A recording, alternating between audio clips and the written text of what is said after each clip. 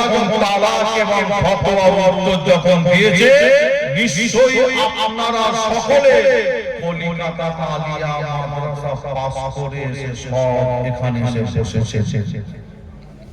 তাই তো নাকি?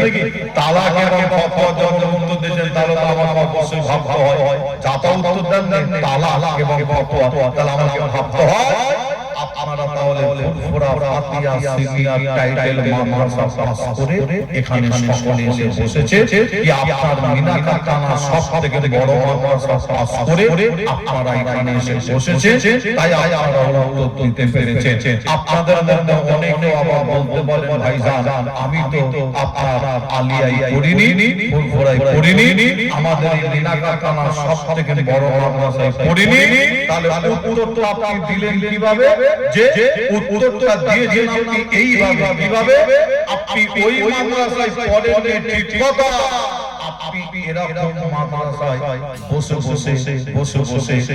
বসে এরকম বেহেশতের বাগান জান্নাতের বাগানকে গেলাম ও গেলামকে পড়া ও পড়ায় তৈরি হয় না? যে আপনি এরকম মাদ্রাসায় বসে আলেমের মুখ থেকে আলোচনা শুনে আপনিও আলেম হয়ে ফতোয়ার উত্তরটা দিতে পেরেছেন একবার জোরে আরো জোরে হবে না? তবে আপনাদের কাছে আমার মনে হয় এটা খুব সহজ হয়ে গেছে প্রশ্নটা, সকলেই কম বেশি উত্তর দিয়ে দিয়েছেন, খুব সহজ হয়ে গেছে। আমার মনে হয় একটা করা ধরা লাগে নাকি, একটা করা ধরা লাগে, যা হয় হবে। আচ্ছা একটা ধরে আপনারা বলুন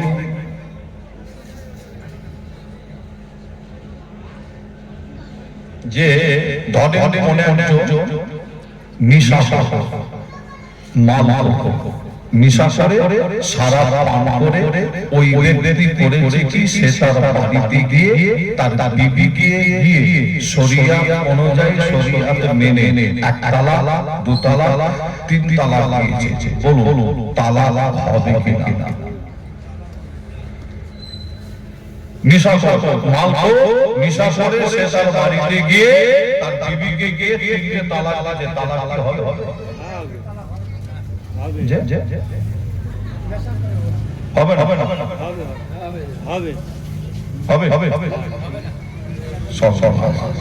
দুরকম আওয়াজ হচ্ছে, তাই নাকি?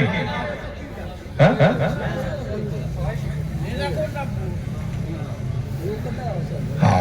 একটু পড়া হয়েছে বলে বোঝা যাচ্ছে, তবে আপনাদের বলে যাই যে অনেক জন হবে আবার অনেক জন হবে না। এই ফতোয়ার উত্তরটা কি হবে আপনাদের জানার ইচ্ছা হয়? সকলে জানতে চান? তবে ফতোয়ার উত্তরটা আপনাদের কাছে জানানোর আগে, বলার আগে আমি আপনাদের বলে যাই এই ফতোয়ার উত্তর তো দেয় কারা? সর্বপ্রথমে আমাকে এটা জানতে হয় বর্তমান সময় অনেক মুসলমান জানে না ফতোয়ার উত্তর দেয় কারা, অধিকাংশ অনেক মুসলমান জানে না। তবে আপনাদের বলে যাই এই ফতোয়ার উত্তর দেয় কারা জানেন? একটা আলেমের কাছে গেছে আপনি ফতোয়া নিতে, একটা আলেমের কাছে গেছে ফতোয়া নিতে, যে উত্তর দিতে গেছে ওই আলেমরা আপনার ফতোয়ার উত্তরটা যদি সঠিক দেয় কিন্তু মনে রাখবেন গ্যারান্টি হবে না। আলেমরা কিন্তু ফতোয়ার উত্তরটা সঠিক দিয়েছে কিন্তু গ্যারান্টি হবে না। কেন? ফতোয়ার উত্তর দেয় কারা? যারা ফতোয়ার উত্তর দেয় তাদের বলা হয় মুফতি সাহেব বলা হয়। আপনারা যে কোনো মুফতি সাহেবের কাছে চলে যাবে ফতোয়ার উত্তর নিতে, তাদের কাছে আছে ইসলাম মেরে আপনার ফতোয়া আপনাকে দিয়ে দেবে। আর ওই ইসলাম মারা পেপার বা কাগজ নিয়ে যখন আপনার গ্রামে এসে 10টা শিক্ষিত মানুষের কাছে যখন তুলে ধরবে তখন কিন্তু ওটা গ্যারান্টি হবে। তাই আপনাদের বলে যায় যে কোনো মুফতি সাহেবের কাছে গিয়ে দুটো ফতোয়া আপনারা জেনে নিতে পারেন। একটা হলো কি, কোন পাগল ম্যান ব্রেন ঠিক নাই, ব্রেন খারাপ, সে যদি সে তার বাড়িতে গিয়ে তার বিবিকে গিয়ে যদি তিনটে তালাক যদি দেয়, ফতোয়া হলো তালাক হবে না। পাগল যদি তালাক দেয় তালাক হবে না, কারণ তার ব্রেন কাজ করে না, ব্রেন খারাপ, বিয়ে ফেলেছে কিন্তু তালাক হবে না। যে আবার কোন নিশাখো মদখো শরাবখো শরাব পান করে ওই ব্যক্তি যদি সে তার বাড়িতে গিয়ে তার বিবিকে গিয়ে শরিয়াত অনুযায়ী শরিয়াত মেনে এক তালাক দু তালাক তিন তালাক দিয়েছে নিশা অবস্থায় ফতোয়া হলো তালাক হয়ে যাবে তালাক হয়ে যাবে দেখে পাগল তালাক দিয়েছে ফতোয়া বলছে তালাক হয়নি কিন্তু আবার ফতোয়া বলছে নিশা যদি তালাক দেয় শরিয়াত মেনে তাহলে তালাক হয়ে যাবে এখানে আপনারা অনেকে বলেছেন নিশা তালাক দিলে তালাক হবে না তাই তো আচ্ছা আমি কি আপনাদের একটু বুঝিয়ে দিয়ে যেতে পারি যে নিশা তালাক দিলে তালাক হচ্ছে কিভাবে কি জানতে চান আপনারা যে তবে আমি আপনাদের কাছে বেশি আর সময় নেব না এটা বোঝানোর জন্য একটা ছোট প্রশ্ন রাখবো আশা করছি প্রশ্নের উত্তরটা সকলেই দিতে পারবে আর এই উত্তর যেই দেবে সে নিজেই উত্তর পেয়ে যাবে তাহলে নিশা তালাক দিলে এই কারণে তালাক হয় তাহলে প্রশ্নটা কি সহজ প্রশ্ন আপনারা সকলে উত্তর দিয়ে বলুন সারা পান করা মদ খাওয়া হারাম না হালাল সারা পান করা হলো হারাম তাহলে কি মদ খাওয়া হলো হারাম এই মদ খাওয়া হারাম করেছে কে আমরা মদ খাওয়াটাকে হারাম করেছি যে না মদ খাওয়া হারাম করেছে কে আল্লাহ শরিয়াত বলছে মদ খাবে না ইসলাম বলছে সারা পান করবে না কাকে বলছে আপনার পাশে যে অন্য ধর্মের ঘরের মানুষ আছে তাকে কিন্তু ইসলাম বলে মদ খাবে না সারা পান করবে না অন্য ধর্মের ঘরের মানুষকে কিন্তু বলে ইসলাম শরিয়াত বলছে এ মুসলমানের ঘরের ছেলে তোমাদের জন্য মদ খাওয়া হলো হারাম হারাম হারাম হারাম এবার আপনি বলেন আপনি মুসলমানের ঘরের ছেলে হয়ে আপনি এটা জানেন মদ খাওয়া হলো হারাম হারাম হারাম আপনি জেনে শুনে মদ খেয়েছেন সারা পান করেছেন করে কাজ জোয়ারি করে যদি তিনটে তালাক শরিয়াত মেনে যদি দিয়ে থাকে ফতোয়া হচ্ছে তালাক হয়ে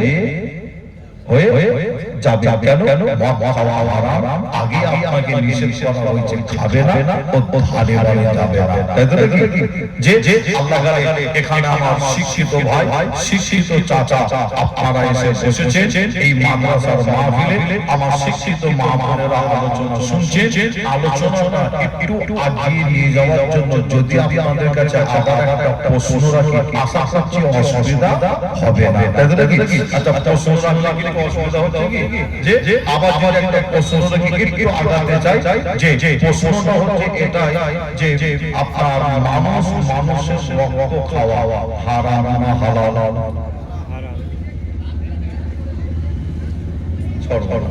সকলে বলে মানুষের রক্ত খাওয়া হলো কি আপনারা বলছেন হারাম আমি আসিফ বিল্লাহ সিদ্দিকী বলি হালাল জোরে বলবো সুবহানাল্লাহ আরেকটু জোরে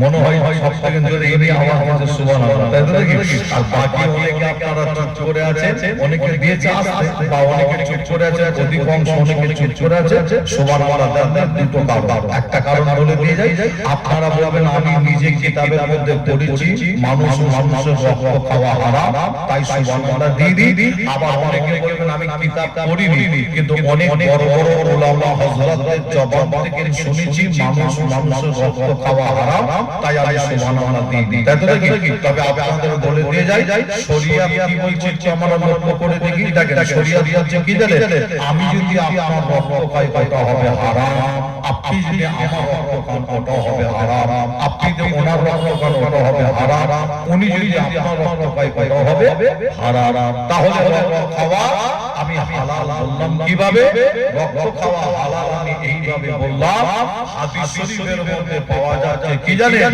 হাদিস শরীফের মধ্যে পাওয়া যায় আমার আপনার নবী রক্ত মোবারকটা খাওয়া আল্লাহ তিনি হালাল করেছিলেন জোরে জোরে আরেকটু জোরে হবে মুসলমানের ঘরে ছেলে মেয়েরা পাড়া তরুণেরা আমার জবান যুবকেরা পর্দার তোরালে মা বোনেরা হে নবী বিবিরা তাই আপনাদের জানিয়ে দেয়া আজ আপনারা নবীর প্রেম ভালোবাসা বুকে নিয়ে এই মাহফিলে এসে বসেছে।